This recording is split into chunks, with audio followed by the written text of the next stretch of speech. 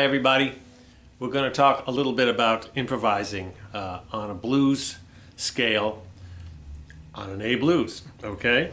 So the scale we're going to be using is what I call the A minor pentatonic sliding scale. And it's on one of my other videos, it's called Most Useful Scales, because these are very, very useful for basically faking your way through lots of stuff. I'm going to show you the scale one time. And if you don't know it, don't recognize it, try to go back, find that video, and work on it, because it'll really help you. So here's the scale. Starts on the 5th fret of the low E string, that's an A note, and it goes like this.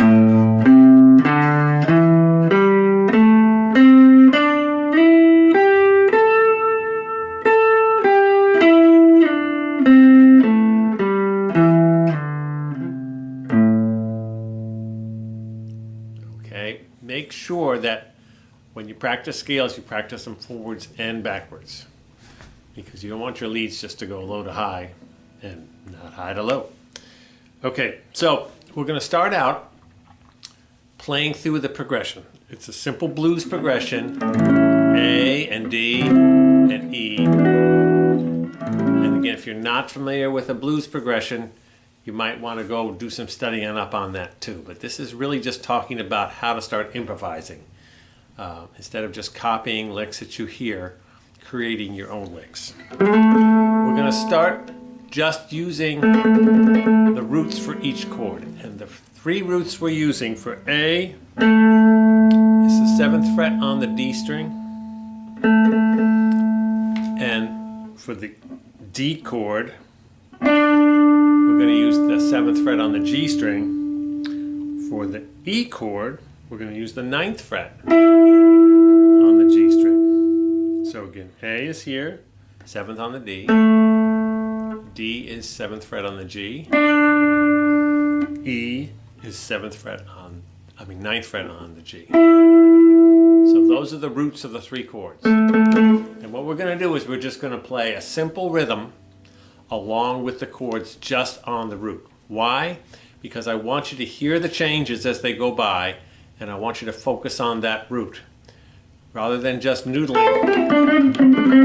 like crazy, which is fun, but you're really not learning how to play with the chord changes. Okay? Let me see if I can get this going over here, and we'll proceed to rock out. 1, 2, 1, 2, 3, A. 3, 4. Now it goes to D. Back to A. Then to E. Then to D. Then to A. Alright, so get that A chord ready. A note.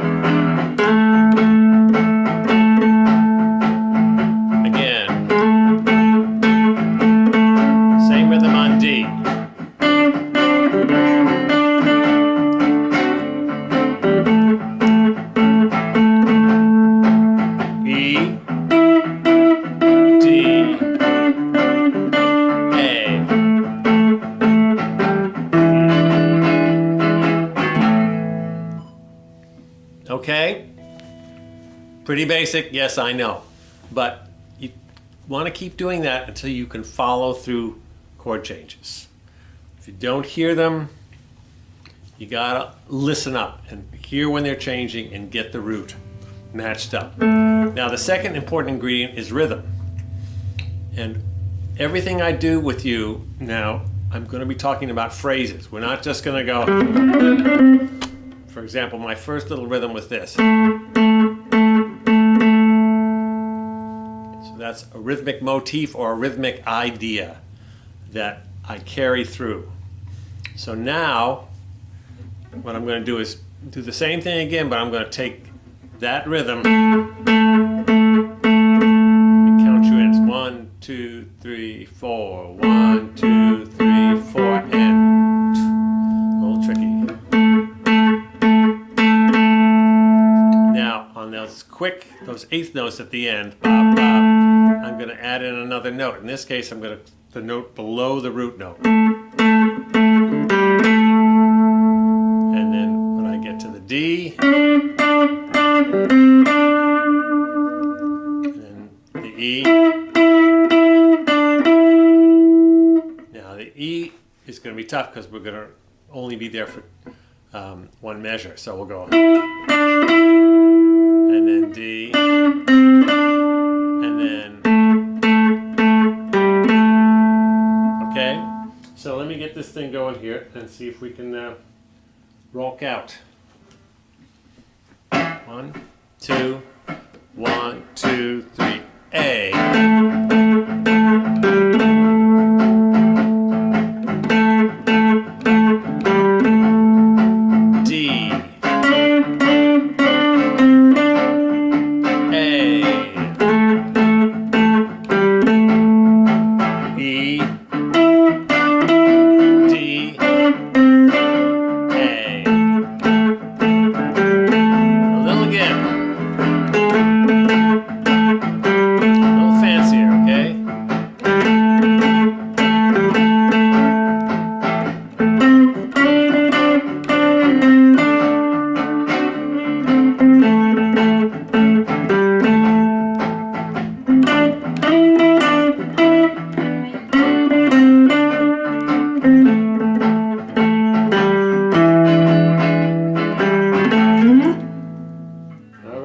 So, what we got to do now is start to play a little more interesting stuff. So, when you're jamming, and you want to go, what I'm going to do is I'm going to use that scale. Again, I'm going to play in phrases, meaning I'm going to have a rhythmic idea and I'm going to play a simple phrase. And then I'm going to carry that rhythmic idea through the whole 12 bars, through the whole blues progression. And each time I switch chords, I'm going to switch to the new root and play a phrase from that root. Now, again, you don't have to do this as you get better, but if you're having trouble following changes, this is a great way to learn, so that you force yourself to hear the change and find that root, because it's really going to make your playing sound like you're playing with the chords. Okay, so here we go. I'm going to just get a little more complicated on you. See if you can follow along. 1, 2, 1, 2, 3, 4.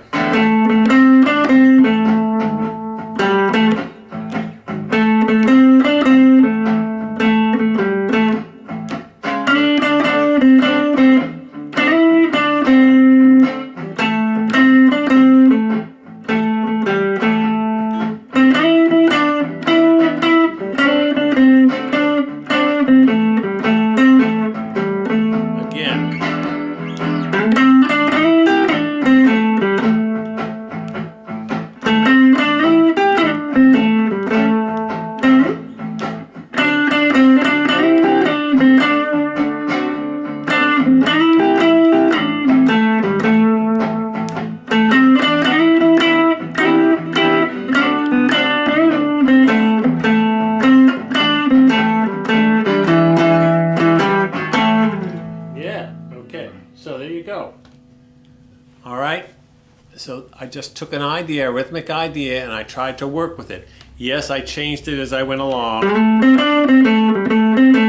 But phrasing as you play is really going to give your improvising a lot more interest rather than just noodling like crazy. Noodling is fun and it builds up your hands. Okay? So go rock out. Rock out.